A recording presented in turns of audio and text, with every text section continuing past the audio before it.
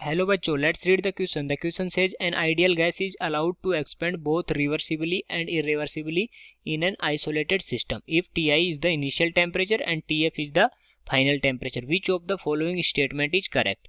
तो अपने को पूछा है कि जो आइडियल गैस है वो एक्सपेंड कर रही है रिवर्सिबली एंड इरिवर्सिबली. तो रिवर्सिबली में क्या होता है, जो प्रोसेस है वो वापस इनिशिएटेड होने के बाद भी ओरिजिनल स्टेट में वापस आ जाती है, return back to the original state. और इरिवर्सिबली में वो ओरिजिनल स्टेट में वापस नहीं आती है. तो जो टीएफ है फॉर रिवर्सिबली और फॉर इरिवर्सिबली, इनमें जो रिलेशंस हैं वो पूछा है अपने से, कौन सी रिलेशन इनमें करेक्ट है. TF reversible is equal to TF irreversible, TF is equal to TI for both reversible and irreversible process, TF irreversible greater than TF reversible, और जो डी है वो है TF is greater than TI for reversible process but TF is equal to TI for irreversible process. Okay, तो इनमें से अपने को कंडीशन बतानी है कि कौन सी कंडीशन करेक्ट है. और सबसे पहले क्या लिखेंगे इस क्वेश्चन का, की कॉन्सेप्ट. की कॉन्सेप्ट, इस क्वेश्चन का की कॉन्सेप्ट क्या हो जाएगा, first law of thermodynamics.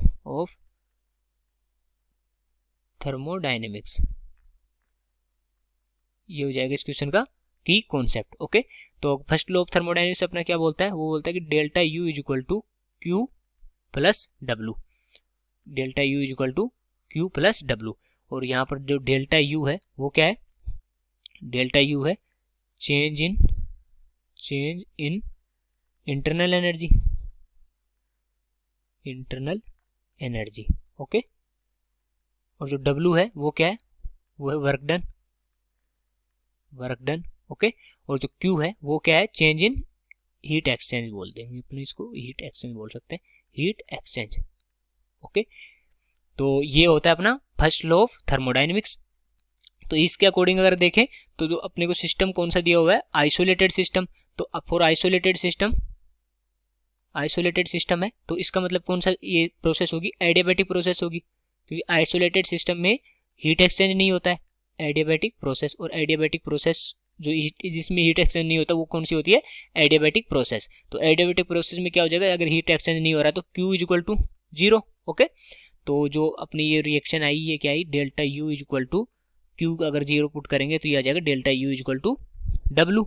Okay, और अपने को पता है कि जो डब्ल्यू इरिवर्सिबल है, W irreversible is greater than W reversible. Okay, जो मैग्नीट्यूड ऑफ डब्ल्यू इरिवर्सिबल हमेशा क्या होता है, डब्ल्यू रिवर्सिबल से ज्यादा होता है. और ये क्यों होता है, क्योंकि रिवर्सिबल में क्या होगा कि जो गैस एक्सपेंड हो रही है तो वो क्या करेगी, सराउंडिंग पे वर्क करेगी. ओके, और जो इरिवर्सिबल में क्या होगा कि जो गैस सराउंडिंग पे वर्क तो करेगी पर इसके साथ साथ जो वर्क करेगी, do work against frictional forces.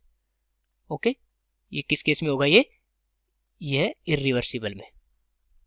जो अपनी इरिवर्सिबल प्रोसेस होगी, इरिवर्सिबल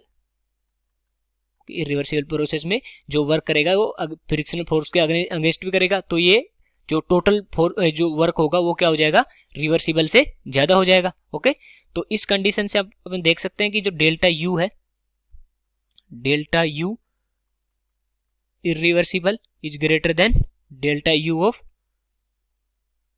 रिवर्सिबल. ओके, और अगर डेल्टा यू के केस से देखें तो जो इससे अपन जो टेम्परेचर है उसका भी पता लगा सकते हैं, क्योंकि जो डेल्टा ई है या डेल्टा यू है, delta U is equal to क्या होता है, N R delta T. Okay, N mole है और आर गैस कांस्टेंट है और डेल्टा टी. और अगर डेल्टा टी को लिखना चाहें तो क्या लिखेंगे, N R T F minus T I, T final minus T initial. Okay, तो यहाँ से जो रिवर्सिबल अगर इरिवर्सिबल का डेल्टा यू ज्यादा है तो इसका मतलब क्या हुआ कि जो टी एफ है इरिवर्सिबल का वो किससे ज्यादा होगा, टी एफ ऑफ रिवर्सिबल के, क्योंकि ये इसके प्रोपोर्शनल, अगर टी एफ ज्यादा है तभी ये डेल्टा यू ज्यादा होगा. ओके, तो जो डेल्टा यू अगर इरिवर्सिबल का ज्यादा है तो इसका टी एफ भी ज्यादा होगा, टी एफ मतलब टी फाइनल. ओके, तो ये रिलेशन आ गई अपने पास, T F of irreversible is greater than T F of reversible.